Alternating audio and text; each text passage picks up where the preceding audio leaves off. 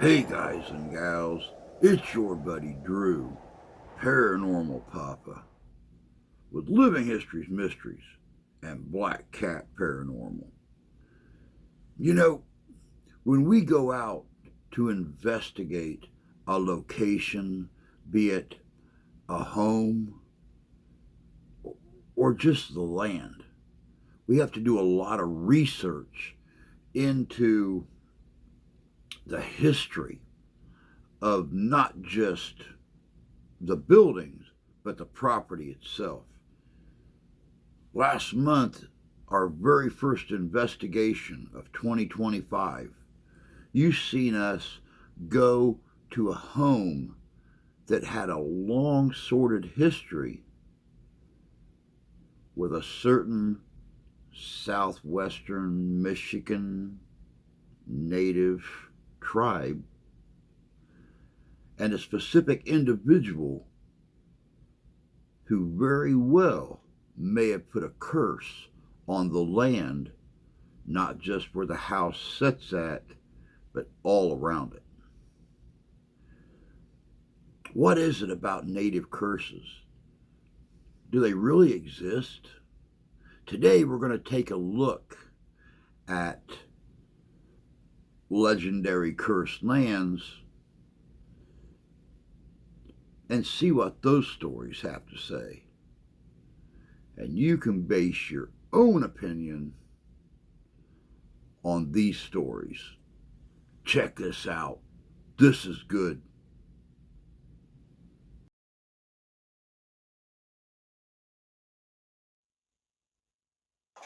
Kaskaskia, Illinois is a truly unique town. It was the first capital of Illinois. It's home to a Liberty Bell that predates the one in Philadelphia, and it's the only place in Illinois west of the Mississippi River. This last fact was not always the case. There are two different versions of this tale.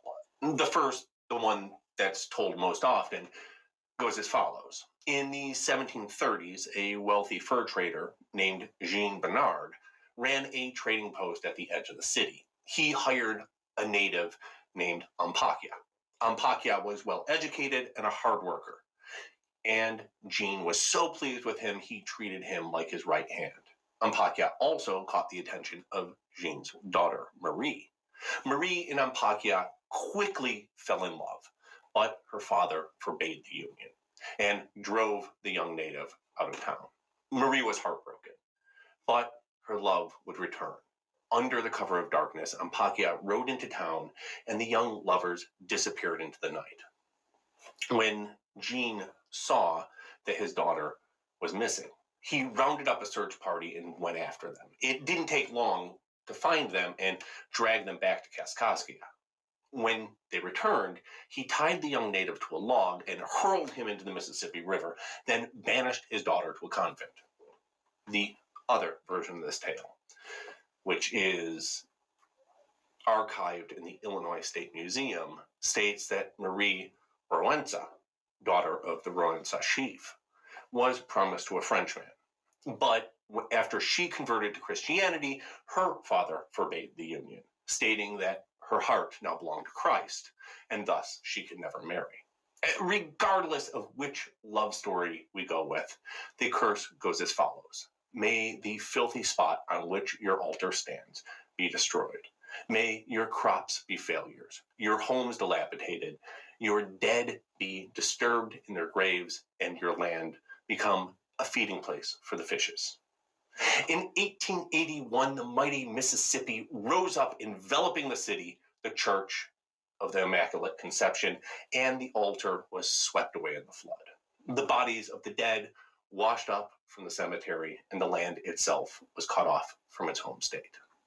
The path of the river actually changed, and the original town now lies beneath it, a feeding place for the fishes. The church would later be moved along with the rest of the town, and 3,000 graves were dug up and relocated to Garrison Hill Cemetery. Today, about 20 people call this former state capital home. The only way to get to what is now an island is to take a bridge over the Mississippi River from Illinois to Missouri, drive about 20 minutes, and then take another bridge back over the Mississippi, back into Illinois. The next location on our list is said to be one of the most cursed places in the world. Legend has it was cursed not once, but 3 times. Charles Island is a 14-acre island a half-mile off the coast of Milford, Connecticut, which is accessible by a land bridge or a tombolo at low tide. The first of the 3 curses comes from 1639, when the Pagusset people lost their land to European settlers. There is a bit of debate as to why the Pagusset people, or specifically their chief Ansantawa, cursed the land. By some accounts, the island was home to sacred spirits. Others say that it was the chief's family's summer home. Still others, it was his favorite fishing hole. One legend even has it that Ansantawa's daughter was kidnapped. According to the history of a New England hometown, it was sold for 6 coats, 10 blankets, 1 kettle, 12 hatchets, 12 hoes, 2 dozen knives, and a dozen small mirrors. It is possible that Ansantawa regretted the sale after it was finished, or that he was forced to sell it in the first place. Regardless, the legend has it that the island was cursed by the tribe, and that anyone who tried to live there would be unsuccessful. Over the years, the land has changed hands many times. It's been home to a tobacco plantation, a 2.5-story, 35-room mansion that became a hotel. It was even a retreat for Catholic friars, among other things. None have ever been successful. This is, of course, only the first curse. The second curse comes from the famed pirate Captain Kidd, who allegedly buried an iron chest full of gold and gems on the island. He believed cursing the land would deter treasure hunters from going looking for it. Finally, 5 sailors discovered a treasure of Mexican Emperor Guatmosin in a cave in 1721. The treasure was said to be cursed by Guatmosin. 4 of the 5 soon died, and the remaining sailor hid the treasure in the basement of the Milford Inn. But when a customer stumbled upon it, the sailor snatched up the treasure and rowed out to Charles Island, where he buried it. Legend has it that neither treasure has ever been found. Today, the island is owned by the state of Connecticut and functions as a nature preserve. It's said that John Harris, who built the house on the island, mysteriously disappeared in 1850, leaving the home behind after just 15 years. Many have drowned crossing the Tombolo, including the hotel owner in 1853 when he had a heart attack during the crossing, and a church group was caught in a storm on Good Friday in 1929. Since the state took ownership of the island, an average of 10 people a year is saved from drowning. As stated earlier, most of these curse legends amount to little more than white settler does something stupid and native curses him. No story sums this up more than the tale of Saco, Maine. Legend has it that in 1675, an English ship anchored near what is today Factory Island in the Saco River. 3 sailors took a rowboat to the shore to explore the area when they came upon the wife and infant son of Chief Squandro. The men made a bet regarding the rumor that natives were born with the ability to swim. To settle the bet, they threw the child into the river. The chief's wife followed, and both were swept away in the current. Squandro mourned for 3 days and then cursed the river, stating that 3 non-natives will drown every year until they leave the Saco shore. According to a 1947 article in the Maine Sunday Telegram, the curse was lifted that year because no one drowned. Despite a good year, it hasn't stopped people from drowning in the Saco River, with an average death of 3 a year.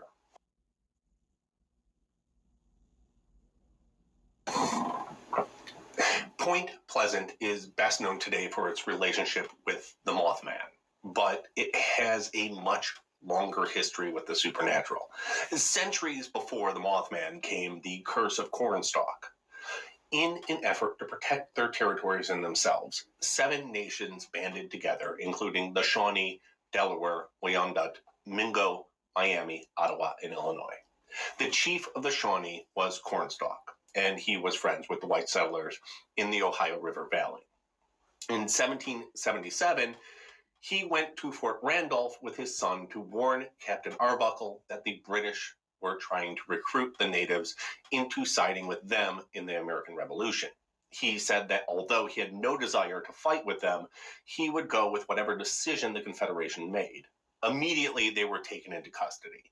After an attack on a group of white settlers outside the fort by another Native American group, the settlers wanted revenge. A group of settlers broke into where Cornstalk and his son were being held and shot them on the spot. As Cornstalk was dying, he said, "I was the borderman's friend. Many times I have saved him and his people from harm. I never warred with you, but only to protect our wigwams and lands. I refused to join your paleface enemies with the redcoats. I came to the fort as your friend and you murdered me. You have murdered by my side, my young son. For this, may the curse of the Great Spirit rest upon this land. May it be blighted by nature. May it even be blighted in its hopes. May the strength of its peoples be paralyzed by the stain of our blood." Several tragedies have plagued Point Pleasant and the surrounding towns, including floods, fires, and more. In 1907, the worst coal mining disaster in history occurred in Monongah, West Virginia, where 310 people died. Despite Monongah being over 2.5 hours away, this is ascribed to the curse. In 1967, one of the worst bridge disasters occurred when the Silver Bridge collapsed in Point Pleasant. 2 planes crashed in the area in 1968 and 1970, and in 1978, a freight train crashed, dumping tons of toxic waste into the river, poisoning the town's water supply. Also, as stated, Point Pleasant is home to the Mothman, UFOs, and other paranormal activity for years. These too have been attributed to the curse of the Great Spirit. The final tale for today is Tenaya Canyon in Yosemite National Park. The area spans from Tenaya Lake to the Yosemite Valley. It is an area of the park known for its rugged terrain and difficult hike. A sign at the entrance of the canyon warns travel beyond this point is dangerous. So many people go missing there that it was given the nickname of the Bermuda Triangle of Yosemite. According to legend, the land was cursed by its namesake, Chief Tenaya, who was the leader of the Ayahuasca people, who lived in Yosemite Valley. They were driven out by the Marisopa Battalion, a group of volunteers sent by the governor of California. Initially, they relocated the group to a reservation near Fresno. Several of the relocated natives went back to Yosemite, where they met up with the Marisopa Battalion again. This time, Tenaya's son was shot and killed. It was then that Tenaya cursed the land. These are said to be the words of Tenaya. "Kill me, Sir Captain. Yes, kill me, as you killed my son, as you would kill my people if they were to come to you. You would kill all my race if you had the power. You have made me sorrowful, my life dark. You killed the child of my heart, why not kill the father? You may kill me, Sir Captain, but you shall not live in peace. I will follow in your footsteps. I will not leave my home, but be with the spirits among the rocks, the waterfalls, in the rivers and in the wind. Wheresoever you go, I will be with you. You will not see me, but you will fear the spirit of the old chief, and grow cold." Are these places really cursed, or just a coincidence that so many tragedies have fallen on the same places? That's not for me to decide.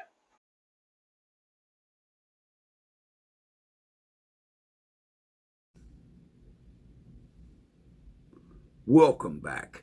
You know, it's like I was saying in the beginning. We just done an investigation last month of a house that may have well been sitting on cursed land. The owner of the home could not figure out why she was spotting things on her security cameras but wasn't seeing them with her naked eye.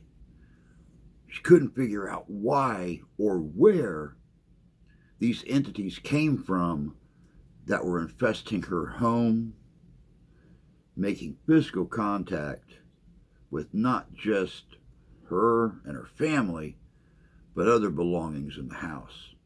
What about the strange lights in her backyard? I hope we done her some good. I feel that we did. But curses, they're strange. We don't know. We don't understand how they work. And we can only offer the solutions we're capable of. In the instances of these cursed lands in this video, what do? How do you repurify the land? How do you lift the curse? Is it possible? Are cursed lands even real? Or are they all just right here? I hope you guys enjoyed this look at native cursed lands. What's your opinion? Let us know in the comments below. And don't forget, here on the 21st of June, I will be the guest speaker at Ghostorama in Jackson, Michigan. It's going to be a great little convention, and the after hours ghost hunt is going to be spectacular. So if you've not got anything planned for Saturday, June 21st, take a little road trip. Come out and join us at Ghostorama in Jackson, Michigan. Come and see Danny Holroyd from Southern Michigan Paranormals. Yours truly, Papa Paranormal. It's going to be a great show. And like I said, you can join us for the after hours ghost hunt, where we're going to split up into groups. Of course, I'll be hosting one group. Danny will be hosting another group. We'll go to different locations in the building and see what we can find together. Until next time, take care of yourselves. Take care of each other. God bless you. God love you. We do. And we'll see you out there.